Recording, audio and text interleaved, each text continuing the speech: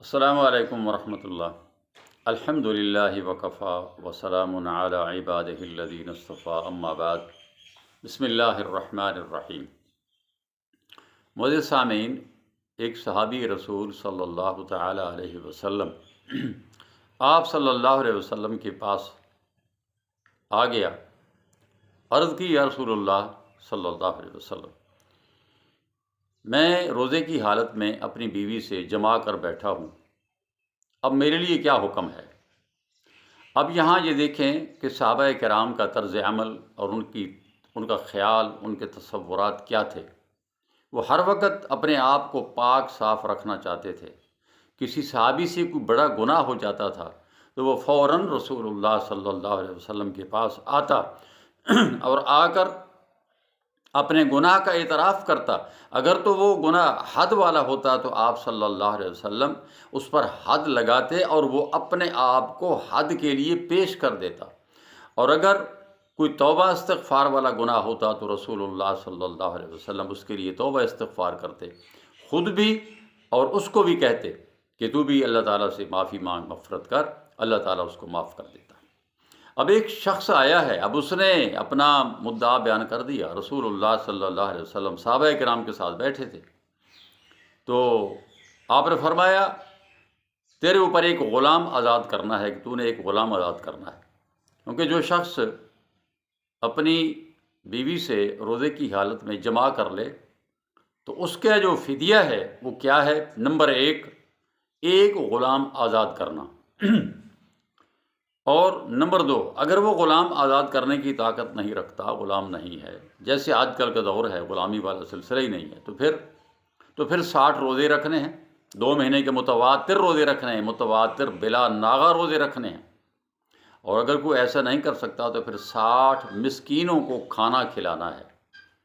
اب صحابی رسول صلی اللہ علیہ وسلم سے آپ صلی اللہ علیہ وسلم نے فرمایا کہ تو نے ایک غلام آزاد کرنا ہے۔ اس نے عرض کی، یا رسول اللہ، میں غلام آزاد نہیں کر سکتا، میری طاقت نہیں ہے۔ تو آپ صلی اللہ علیہ وسلم نے فرمایا، اچھا پھر تو نے 2 مہینے متواتر روزے رکھنے ہیں۔ اس نے عرض کی، یا رسول اللہ، میرے اندر اس کی بھی طاقت نہیں ہے کہ میں متواتر 2 مہینے روزے رکھ سکوں۔ پھر آپ نے فرمایا، اچھا نہیں ہے تو پھر تو نے 60 مسکینوں کو کھانا کھلانا ہے۔ اس نے عرض کی، یا رسول اللہ، میرے پاس کچھ نہیں ہے کہ میں 60 مسکینوں کو کھانا کھلا سکوں۔ آپ نے فرمایا، ٹھیک ہے، تو بیٹھ جا۔ محفل میں بیٹھ گیا۔ تھوڑی دیر گزری تھی کہ ایک ٹوکرا کھجوروں کا بھرا ہوا کوئی شخص لے آیا، رسول اللہ صلی اللہ علیہ وسلم کی خدمت میں پیش کیا۔ آپ نے پوچھا کہ وہ شخص کہاں ہے جو ابھی مجھ سے اپنے فدیہ کے بارے میں پوچھ رہا تھا؟ تو وہ شخص اٹھا، یا رسول اللہ، میں ہاں حاضر ہوں۔ آپ نے فرمایا، یہ ٹوکرا کھجوروں کا لے لو اور یہ جا کر محلے میں، شہر میں، مدینہ میں فقیروں پر تقسیم کر دو۔ اس نے عرض کی، اللہ کے رسول، اللہ کی قسم، مدینہ شہر کے دونوں اطراف کے اندر جتنی آبادی ہے، اس آبادی کے اندر مجھ سے بڑھ کر کوئی فقیر مسکین ہے ہی نہیں۔ تو رسول اللہ صلی اللہ علیہ وسلم مسکرا دیے۔ آپ یوں تو مسکراتے تھے تو آپ کے صرف دانت مبارک لوگوں کے سامنے چمکتے تھے، لیکن اس دن آپ اتنا مسکرائے کہ دانتوں سے اوپر کا گوشت بھی آپ صلی اللہ علیہ وسلم کا نظر آنے لگا۔ مسکرائے اور کہا، جاؤ، جا کر اپنے گھر والوں کو کھلا دو، یہ تیرا فدیہ ہو گیا۔ سبحان اللہ، الحمدللہ۔ اسلام سلامتی کا دین ہے۔ یہ اللہ تعالیٰ جل شانہ کسی کو اس کی جان سے بڑھ کر تکلیف نہیں دیتا۔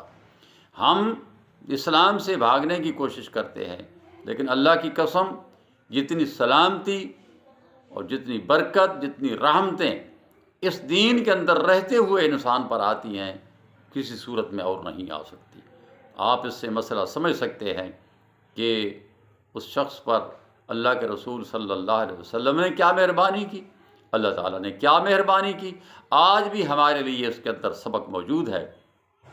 اس کے اندر امت مسلمہ کے اندر کسی کا اختلاف نہیں ہے روزوں کا فدیہ دینا اور فدیہ کی یہ کیفیات جو ہیں کسی کا اختلاف نہیں ہے، یہ سارا متفقہ اور اجماعی مسئلہ ہے۔ اللہ تعالیٰ سے دعا ہے اللہ ہم سب کو اس مبارک مہینے کا احترام کرنے کی توفیق عطا فرمائے، آمین۔ وما علینا الا البلاغ، وآخر دعوانا الحمد للہ رب العالمین۔